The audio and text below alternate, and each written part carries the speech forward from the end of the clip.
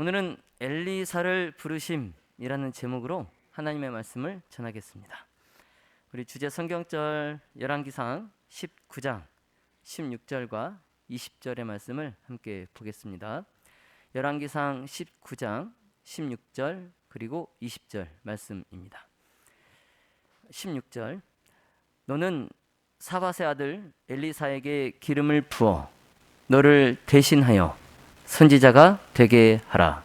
20절 저가 소를 버리고 엘리야에게로 달려가서 이르되 청컨대 나로 내 부모와 입맞추게 하소서. 그리한 후에 내가 당신을 따르리이다. 아멘. 네, 오늘 제목에서 알 수 있듯이 엘리야는 자신의 그 사명을 다하고 이제 역사의 페이지에서 사라집니다. 네. 엘리야는 선지자로서 참 유대 역사에서 중요한 역할을 한 인물 중 하나로 하나님과 깊은 관계를 가진 선지자로서 그의 생애는 참 다양한 기적과 또 특이한 그런 경험들이 많았습니다. 자, 그 중에서도 이제 가장 유명한 것 중에 하나는 갈멜산에서 바알과 아세라의 선지자 850명과의 대결을 우리가 꼽을 수 있습니다. 이렇듯 엘리야는 당시 이스라엘의 영적 부패를 비난하고 또 이스라엘 백성에게 회개를 촉구했습니다. 회개. 또 여러 왕들과의 대결에서 그가 독립성을 유지하면서 하나님의 뜻을 그가 수행을 했습니다. 그런 이제 엘리야를 이제 하나님께서는 그를 대신하여서 선지자가 될 사람에게 기름을 부으라고 명령을 하셨습니다. 네. 열왕기상 19장 16절에 사밧의 아들 엘리사에게 기름을 부어 너를 대신하여 선지자가 되게 하라. 네. 그러면 엘리사의 집안은 굉장히 부유했습니다. 네.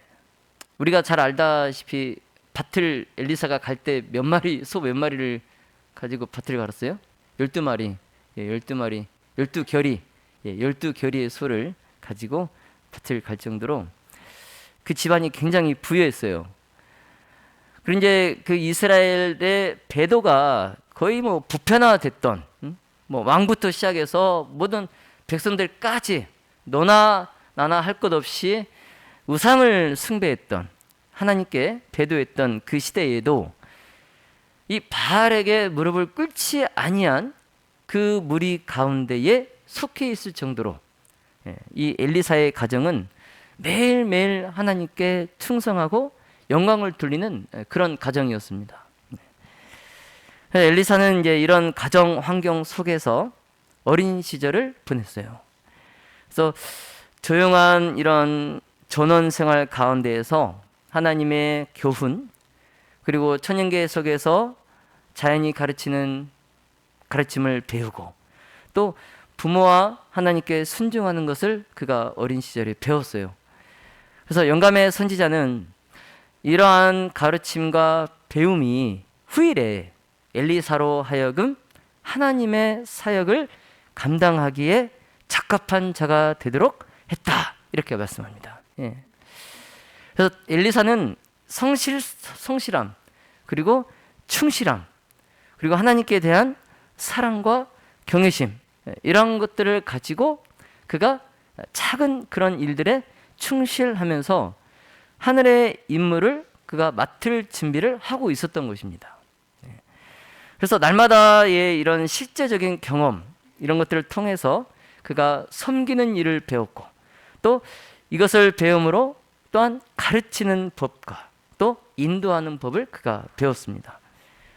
그래서 엘리사가 그날 하나님의 선지자로서 소명을 받을 때도 그가 뭐하고 있었어요? 밭에서 일을 하고 있었어요.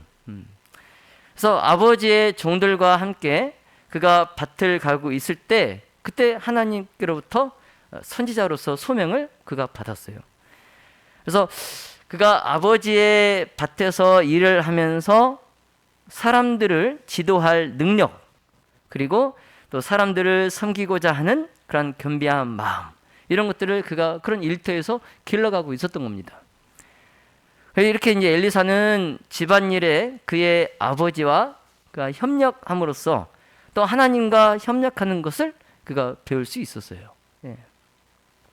그러니까 선지자로서 어떤 선지자 학교에 들어가서 그곳에서 이런 훈련을 받고 배운 것이 아니라 그냥 일상 생활에서, 가정에서, 밭에서 그가 하는 이러한 사소한 일들을 통해서 그가 하나님의 선지자로서 일할 능력을 갖추어 나갔던 겁니다. 자, 믿음의 모든 가족 여러분, 자, 엘리사의 이러한 교훈은 엘리사만을 위한 것이 아닙니다. 자, 또한 목회자나 장로, 이러한 교회의 지도자들만을 위한 것도 아니에요. 예. 그냥 이 교훈은 모든 그리스도인을 위한 교훈입니다. 예. 모든 그리스도인을 위한 교훈. 그래서 우리가 하나님의 훈육의 목적, 그 목적은 우리가 알 수 없어요. 그렇죠? 우리가 알 수 없지만 작은 일에 충실할 때에 큰 책임을 질 수 있다는 사실, 그 사실을 우리가 깨달아 알게 되기를 간절히 바랍니다. 우리는 보통 그 사람이 맡은 일의 크기를 보고 그의 능력을 평가합니다. 그리고 회사에서도 과장보다는 뭐요? 부장, 또 부장보다는 이사, 이렇게 직책에 따라서 또 그 사람의 능력을 평가해요. 그래서 어떤 사람들은 작은 일에는 관심이 없어요. 누가 알아주지 않는 그런 작은 일에는 관심이 없고 눈에 띄는 어떤 큰 일만을 하려고 하는 사람이 있습니다. 그리고 이제 교회에서 어떤 직분을 맡기거나 또 합회에서 어떤 이제 행사를 하게 되면 나는 중요하고 큰 일을 맡을 만한 능력이 있다, 이렇게 생각하면서 자기의 생각과 달리 어떤 초라하거나 눈에 띄지 않는 작은 일을 자기에게 맡겨줬을 때 그것에 대해서 불만을 갖는 사람들이 있어요. 네. 자, 그러나 여러분, 하나님께서는 겉으로 보이는 그런 것보다도 더 깊은 곳을 들여다 보십니다. 더 깊은 곳을. 그래서 이번 주 안식일에 우리 무슨 일이 있죠? 이번 주 안식일에 2024년 교회 재직을 세우는 선거위원 선출이 있습니다. 아마 그날 또 저녁에 내년도 재직을 또 선거위원들이 모여서 또 선출을 할 것 같은데요. 여러분, 이 일을 위하여 기도하여 주시기를 바랍니다. 선거위원회에서 성령의 인도를 통해 기도로 선출한 재직들을 교회가 아멘으로 받아들일 것과 또 선출된 재직들이 감사한 마음으로 직분을 수락하고 또 주어진 임기 동안 맡겨진 직분에 성실하고 또 하나님께 충성하도록 여러분께서 기도해 주시기를 간절히 바랍니다.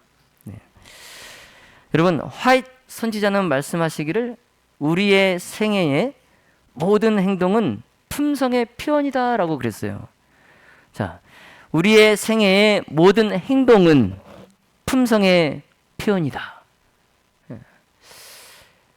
자, 그러므로 하나님 앞과 교회에서 이 작은 일을 함에 있어서 부끄러울 것이 없는 그런 일꾼으로 스스로 하나님께 입증함으로 하나님께서 보다 더 높은 책임을 맡기시는 우리 모든 가족들이 다 되시기를 예수님의 이름으로 기도합니다. 선지자왕 219쪽에 이런 말씀이 있습니다. 생활을 향기롭게 할 수 있는 손 가까이에 있는 의무들은 돌아보지 않으면서 놀랄만한 사업을 할 수 있는 특별한 재능을 갈망하는 사람들이 많다. 이러한 사람들로 하여금 바로 저희 앞길에 놓인 의무를 수행하도록 하라. 자, 노란 글씨 같이 읽어볼까요? 시작. 성공은 재능보다 정력과 자발성에 더욱 많이 달려있다. 아멘. 손 가까이에 있는 의무들입니다. 의무들. 해도 되고 안 해도 되는 일이 아니라 꼭 해야 되는 일들이에요. 그러나 손 가까이에 있어요. 손 가까이. 근데 그런 눈앞에 보이는 그런 그런 의무들은 신경 쓰지 않으면서 손 멀리 있는, 오히려 손에서 멀리 있는 그런 큰 일들만 하려고 하는 그런 사람들이 많다라고 그랬어요. 그런데 선지자는 그런 사람들로 하여금 바로 자기 앞에 손 가까이에 있는 그 의무들을 수행하도록 하라라고 말씀합니다. 그러니까 이 그리스도인은 매일 반복되는 그런 일상적인 일들, 예를 들어서 뭐 집안일을 하거나 또는 회사에 가거나 또는 누군가를 만나고 하는 그러한 일을 하는 동안에 하나님을 위해서 적극적으로 봉사할 수 있다는 것입니다. 그런 일을 하면서도 특히 이제 하나님을 위하여 자녀들을 양육하는 어머니, 그 어머니들은 이 목사가 앞에서 설교하는 것과 마찬가지로 하나님을 위하여 일하고 있다라고 화이프님께서 말씀합니다. 목사가 앞에서 설교하는 것과 같다 그랬어요. 자녀를 양육하는 부모들, 특히 어머니. 그러니까 이 자녀를 양육하는 일이 이게 하찮은 일이 아니에요. 굉장히 중요한 일입니다. 이런 의미에서 저와 여러분이 하나님께서 기뻐 받으실 만한 그런 봉사, 그런 봉사는 뭐 훌륭한 재능이 아니라 매일의 의무, 이런 것들을 양심적으로 수행하고 또 내가 그 수행한 것에 스스로 내가 만족할 수 있는 그런 마음을 하나님께서 기뻐 받으시는 봉사입니다. 또 이제 다른 사람들의 형편과 처지에 대해서 진실한 관심을 가질 때 그때도 하나님은 그를 기뻐 받으십니다. 자, 그러므로 여러분, 성실하고 충실하게 수행한 가장 평범하고 가장 일상적인 이런 일들이 하나님이 보시기에 아름다운 것이라는 사실을 꼭 기억하시기 바랍니다. 엘리야는 하나님의 지시를 따라서 그가 있던 이제 시내산을 떠납니다. 시내산을 떠나서 하나님께서 지시하신 자신의 후계자를 찾던 중에 이제 엘리사가 갈고 있는 그 밭을 보았어요. 엘리야는 이제 엘리사를 발견하고 그에게 자기의 겉옷을 입혀줍니다. 그런데 엘리야가 입고 있던 이 겉옷은 약대 털로 만든 외투예요. 약대 털로 만든 외투. 그래서 이 외투는 선지자들 특유의 의복이었습니다. 우리 신약 성경의 복음서에 누가 이 옷을 입었었죠? 침례 요한. 그래서 이 겉옷은 선지자들 특유의 의복이에요. 그래서 성별의 겉옷입니다. 성별의 겉옷. 그리고 이제 보통 우리가 이 겉옷은 사람의 직무를 나타내는 역할을 합니다. 그렇죠? 따라서 엘리야가 겉옷을 벗어서 엘리사에게 입혀준 것은 이제 자신의 그 직무를 엘리사가 대신 하라는 의미였어요. 자, 그러므로 이제 엘리야가 자기에게 겉옷을 입혀 주었을 때에 엘리사는 그것에 담긴 의미를 그가 즉각 알아차렸습니다. 또 이제 오랜 기간 동안 이 사밧의 그 엘리사의 가족들이 엘리야의 사업과 사명을 잘 알고 있었어요.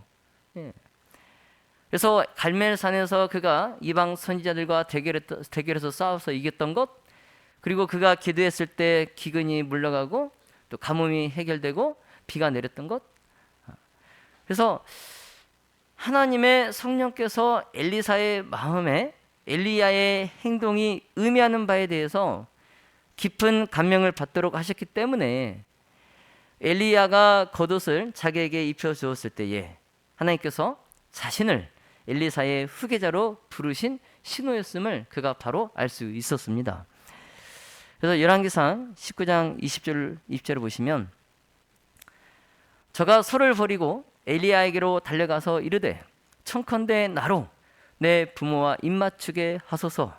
그리한 후에 내가 당신을 따르리이다. 지금 엘리야가 겉옷을 그에게 입혀 주었을 때에 그가 소를 버렸어요. 자, 제자들을 예수님께서 부르셨을 때 제자들이 뭘 버렸어요? 그물과 배를 버렸어요. 근데 지금 엘리사는 밭을 갈고 있던 그 소, 둘 다 중요한 겁니다. 그들의 생계에 둘 다 중요한 거예요. 그걸 버렸어요. 버리고 청컨대 뭐라고 있어요? 내 부모와 입맞추게 하소서. 작별 인사하고 온다는 거예요. 작별 인사하게 하소서. 이제 이 엘리사의 청원, 이건 이제 누가복음 9장 61절의 경우와는 좀 다르죠. 누가복음 9장 61절엔 자, 또 다른 사람이 가로되 주여 내가 주를 쫓겠나이다마는 나로 먼저 내 가족을 작별케 허락하소서. 지금 이제 엘리사와 마찬가지로 지금 이 사람도 예수님을 따르기 전에 뭐 하게 해달라는 거예요? 가족과 이별하게, 인사하게 해달라는 거예요. 그런데 엘리사는 엘리야에게 가족에게 작별 인사할 것을 청원했지만 지금 이 누가복음의 이 사람은 청원이 아니라 변명이에요. 변명. 자, 왜냐하면 이 사람의 말 속에 그의 머뭇거림과 우유부단함이 나타나 있어요. 자, 지금 그는 마음속에 가족에 대한 염려로 가득 차 있습니다. 그래서 가족에게 작별 인사를 할 때 만약 가족의 누군가가 가지 말라고 이렇게 막 만류하면 그냥 그대로 그 가정에 발이 묶일 사람이에요. 이 사람은. 네. 아마도 이제 그 사람에게 있어서 제자에게 요구되는 희생, 그런 것을 각오할 마음이 그냥 그 사람에겐 애초에 없었던 것 같아요. 네. 그러면서 이제 말로 변명으로 내 가족과 작별하게 하소서. 그럼 이제 가족이 날 잡겠죠? 그럼 나는 이제 바지 못해서 나는 예수님을 따르고 싶지만 가족이 날 잡아서 어쩔 수 없습니다. 이런 거죠. 네. 자, 근데 반면에 엘리사는 자신을 낳아주시고 길러주신 부모님께 작별하기 전에 인사를 드리려 했던 거예요. 네. 그냥 작별 인사를 하려고 했던 겁니다. 자, 그런데 이제 엘리사의 이 청원에 엘리야가 뭐라고 대답합니까? 열왕기상 19장 20절 후반부에 자, 돌아가라. 내가 내게 어떻게 행했느냐? 예. 돌아가라. 야, 여러분, 엘리야가 이렇게 말한 것은 무슨 뜻입니까? 예? 그 말 듣지 않는 자녀에게 집 나가. 그렇게 진짜 집 나가라는 거예요? 나가지 말라는 거예요? 나가지 말라는 거죠. 예. 집 나가버려. 그럼 말은 그렇게 하지만 말 좀 잘 들어. 이제 그 뜻이죠. 집은 나가지 말고 말은 좀 잘 들어라. 근데 지금 돌아가라 그랬어요. 그냥 나를 따르지 말고 그냥 집에 돌아가라. 집에 있으라. 그 뜻이 아닙니다. 그 뜻이 아니에요. 이건 엘리사의 믿음을 시험한 겁니다. 엘리야가 엘리사의 믿음을 시험한 거예요. 엘리사는 엘리야의 이 말을 듣고 이제 빨리 계산기를 꺼내서 자신이 이제 이 엘리야의 부름에 응하는 대가를 이제 계산해 봐야죠. 그런 다음에 이제 그 부르심을 내가 받아들이든지 아니면 거절하든지 그 결정은 자기 몫이었어요. 예. 그래서 만일 그가 계산기를 두드려 봤을 때 자기의 집과 그 이익에 엘리사가 집착했다면 그는 엘리야를 따라가지 않고 그냥 자기 집에 머무는 게 훨씬 더 나았을 거예요. 예. 자, 그러나 엘리사는 엘리야가 자신을 부른 것에 대한 뜻을 깨달았어요. 예. 그래서 이 부르심이 인간의 그런 부름이 아니라 하나님께로부터 온 것임을 그가 깨달았어요. 그래서 그는 그 부르심에 순종하기를 주저하지 않았습니다. 그래서 하나님의 선지자가 되는 특권이나 또 하나님의 종, 그 엘리야와 교제하는 특권을 그것을 포기하는 그 결정에 어떠한 세속적 이익도 그를 막지 못했어요. 그래서 엘리사는 그 즉시로 주저하지 않고 그가 사랑하던 집을 떠나서 이젠 보장되지 않은 불안정한 그 생활을 하는 선지자를 수종하러 그가 갑니다. 엘리야를 수종들러 그가 가요. 자, 그런데 여러분, 엘리사의 이 모습이 그가 살아가던 집과 또 안락한 그러한 환경을 다 떠나서 정말 보장되지 않은, 정말 무슨 일이 벌어질지도 모르는 불안정한 그러한 선지자의 수종을 들러 떠나는 이 엘리사의 모습, 이 모습이 이 복음서의 젊은 부자 관원과 비교가 됩니다. 복음서에 여러분 부자 젊은 관원 아시죠? 젊은 부자 관원.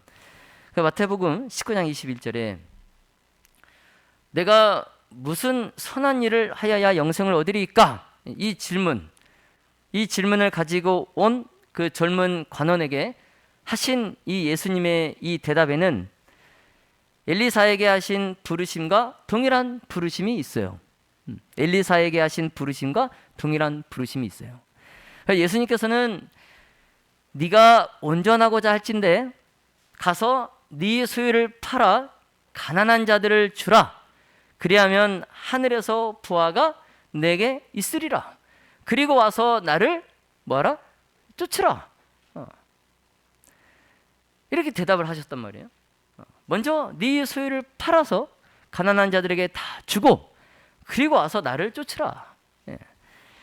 자, 엘리사는 봉사를 위한 부르심을 받아들이고 세상 재물과 명예를 뒤돌아보지 않았습니다.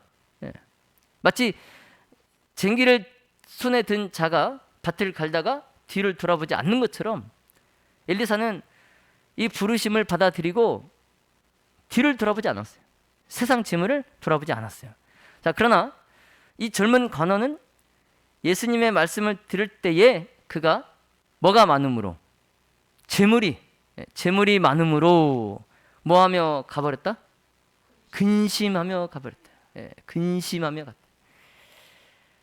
그는 자원하여서 희생하려고 하지 않았어요. 재물에 대한 그의 사랑이 하나님께 대한 사랑보다 컸어요. 그래서 그리스도를 위하여 모든 것을 버리기를 거절함으로써 자신이 주님의 봉사 사업에서 한 자리를 차지할 그 기회를 그는 잃어버렸어요. 자, 이렇게 해서 이제 엘리사가 엘리야를 따라 나섭니다. 이제 그의 임무는 어떤 막 그 좋고 막 남들이 알아주고 그런 큰 임무가 아니었어요. 처음에 이제 엘리야를 따라 나섰을 때 아직 이제 엘리사가 훈련이 아직 안 되어 있기 때문에 그가 훈련이 될 때까지는 그냥 평범한 손에 가까운 그런 그냥 일상적인 임무들만 있었어요. 엘리사에게. 자, 그러나 이제 엘리사는 하나님께서 명하신 것은 그것이 크든지 작든지 사소한 것이든지 그가 자원하여서 하려고 했어요. 그 모든 일에 겸손과 봉사로 마치 엘리야의 비서처럼 계속 그냥 작은 일에 충성을 다하는 그러한 모습을 그가 보입니다. 그래서 이제 하나님께서 그에게 맡기신 사명에 그가 헌신을 합니다. 여러분, 엘리야와 연합한 후에 엘리사의 생애에 시험이 없었던 것은 아니에요. 그는 많은 시련을 당하였습니다. 그리고 위기 때마다 그가 하나님을 의지하였어요. 그래서 그가 그런 때마다 힘들 때마다 떠나온 집을 생각하고 싶은 유혹을 그가 받았지만 그런데 그 유혹에 빠지지 않았다 그래요. 그래서 쟁기를 잡은 손에 잡고 뒤를 돌아보지 않기로 그가 결심합니다. 그래서 시험과 시련을 통하여서 맡은 임무에 충실함으로 그가 하나님께 스스로 입증하였어요. 그래서 엘리사가 부르심을 받은 후에 이제 여러 해 동안 엘리야와 함께 일하면서 아직 어린 그 엘리사는 하루하루 이제 자기의 사업을 위하여 만반의 준비를 갖추어 나갑니다. 열왕기하 2장 6절로 9절에 보시면 이에 이제 두 사람이 행하니라. 그 두 사람이 요단가에 섰더니 엘리야가 겉옷을 취하여 말아 물을 칠 때 물이 이리저리 갈라지고 두 사람이 육지 위로 건너더라. 건너매 엘리야가 엘리사에게 이르되 나를 내게서 취하시기 전에 내가 내게 어떻게 할 것을 구하라. 지금 엘리야의 이 물음, 내가 내게 어떻게 할 것을 구하라. 엘리사는 세상적 명예나 세상의 위대한 그 사람들 중에서 어떤 높은 지위를 구하지 않았습니다.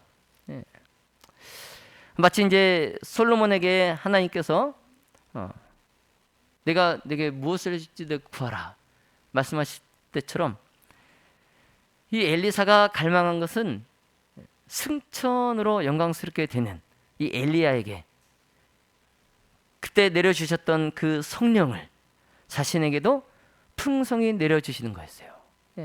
그가 바란 것은 성령이 있습니다. 성령. 그래서 엘리야에게 임하였던 그 성령만이 그 엘리사로 하여금 하나님께서 부르신 그 자리를 채우기에 적합한 자가 되게 하실 수 있다. 그 사실을 그가 알았습니다. 그래서 당신의 영감이 갑절이나 내게 있기를 구하나이다. 엘리사가 엘리야에게 구한 게 뭐예요? 엘리야의 영감이에요. 영성입니다. 그래서 이 요구에 응답하여서 엘리야는 네가 어려운 일을 구하는도다. 그러나 나를 내게서 취하시는 것을 네가 보면 그 일이 너에게 이루려니와 그렇지 않으면 이루지 아니하리라. 이렇게 말을 하고 후련히 이제 불수레와 불말들이 두 사람 사이를 떼어놓고 이제 엘리야가 회리 바람을 타고 승천합니다. 여러분, 엘리야는 그리스도께서 재림하실 때 지상에 살아 있어서 죽음을 맛보지 않고 마지막 나팔에 순식간에 후련히 다 변화할 성도들을 예표합니다. 그래서 예수님의 지상 봉사의 끝이 가까웠을 때에 엘리야가 변화산에 모세와 같이 예수님의 곁에 섰어요. 그렇게 하도록 이제 허락을 그가 받은 것은 그와 같이 엘리야와 같이 변화함을 받을 사람들의 표본이기 때문에 그때 변화산에서 모세와 같이 예수님 곁에 서도록 허락을 받았습니다. 그래서 제자들이 이 영광을 입은 모세와 엘리야에게서 이 구속함을 입은 사람들의 왕국의 축소판을 그들이 보았어요. 그래서 제자들은 재림 때에 죽음에서 부활할 사람들을 대표하는 누구? 모세를 보았어요. 그리고 이제 그 모세 옆에는 세상 역사의 종말에 썩을 몸이 썩지 아니할 몸으로 변화되어서 죽음을 보지 않고 하늘로 승천할 사람들을 대표하는 누구? 엘리야를 이 제자들이 그날 보았습니다. 자, 이제 말씀을 정리하겠습니다. 여러분, 엘리야가 어떤 사람입니까? 엘리야는 뭐 슈퍼맨 같은 사람인가요? 그 예수님처럼 완벽한 사람이었나요? 아니죠. 여러분, 그 엘리야가 광야에서 그가 그 이세벨의 그 협박을 받고 그가 도망자가 신세가 되어서 막 도망가면서 그 고독과 절망에 그가 막 빠져요. 빠져서 이제 내 생명은 이것으로 족하니 죽게 하여 주십시오. 이렇게 기도했던 사람이 아닙니까? 그렇죠? 자, 그런 면에서 엘리야나 우리나 성정이 같은 사람이에요. 같은 사람이에요. 엘리야라고 뭐 크게 다른 바가 없어요. 자, 그러나 하나님께서는 죽기를 바라는 그 엘리야에게 자비를 베푸셔서 그의 말대로 그를 취하여 가시지 않았어요. 왜냐하면 아직도 엘리야에게는 해야 할 큰 사업이 있었기 때문에 그렇습니다. 자, 그가 하나님을 의지하고 다시 분연히 일어나서 그의 사업을 마쳤을 때 그는 실망과 고독 가운데서 죽지 않았어요.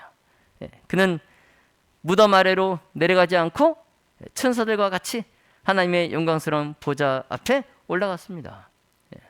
여러분, 하나님께서 당신의 사람들의 뒤를 이을 후계자들을 도우시고 또 그들을 힘을 주실 것입니다. 자, 엘리사가 엘리야를 대신하였던 것처럼 이제부터는 여러분과 제가 그리고 우리 모든 가족이 엘리사를 대신하여서 정말 작은 일에 충실하며 또 세천사의 기배를 힘있게 외치는, 그래서 우리가 우리에게 맡겨진 하나님의 이 사명을 우리가 다 했을 때에 우리가 무덤 아래로 내려가지 아니하고 천사들과 함께 하늘로 올려가게 되시기를 간절히 바랍니다. 여러분, 우리가 복음을 전하다 보면, 우리가 또 다른 사람을 전도하다 보면, 우리가 또 하나님의 일을 하다 보면 정말 엘리야처럼 절망하고 고독 가운데 빠져서 정말 죽기를 갈망하는 때가 있어요. 자, 그렇지만 우리의 바람대로 하나님은 우리의 생명을 취하여 가시지 않습니다. 왜요? 우리에겐 아직 하나님의 일이 남아있기 때문에 그렇습니다. 여러분, 이 사실을 기억하시고 명심하셔서 정말 우리가 생명이 붙어있는 한 정말 하나님의 사역을 위하여 충실히 행함으로 하나님 앞에 내 스스로 충실한 종임을 입증하는 저와 여러분이 되시기를 바라면서 말씀을 마치겠습니다.